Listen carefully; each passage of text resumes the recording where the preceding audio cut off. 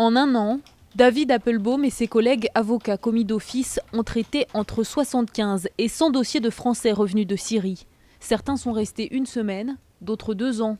D'après cet avocat, ils sont pour la plupart repentis. La quasi-totalité des personnes que nous sommes amenés à rencontrer sont, pour une petite partie d'entre elles, vraiment traumatisées littéralement par ce qu'elles ont vécu, et pour une partie beaucoup plus importante, simplement fatiguées ou dégoûtées ou désillusionnées de ce qu'elles ont pu voir et vivre sur place. L'avocat l'admet, une petite minorité est revenue encore plus radicalisée. Certains ont pu circuler en France pendant plusieurs mois, parfois plus d'1 an avant d'être arrêtés.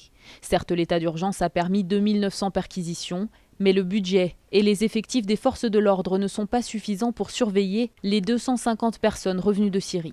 On n'a pas les moyens de surveiller 250 personnes. Quand je parle de surveillance, c'est une surveillance complète, une surveillance numérique, les écoutes. Et aujourd'hui, il y a 5000 personnes à la DGSE, 5000 mais pas 5000 opérationnels. Il y a 3600 personnes à la DGSI. Non, c'est pas suffisant, absolument pas. Reste à savoir quoi faire de ces djihadistes pour qui la prison sert souvent à recruter de nouveaux candidats pour Daesh.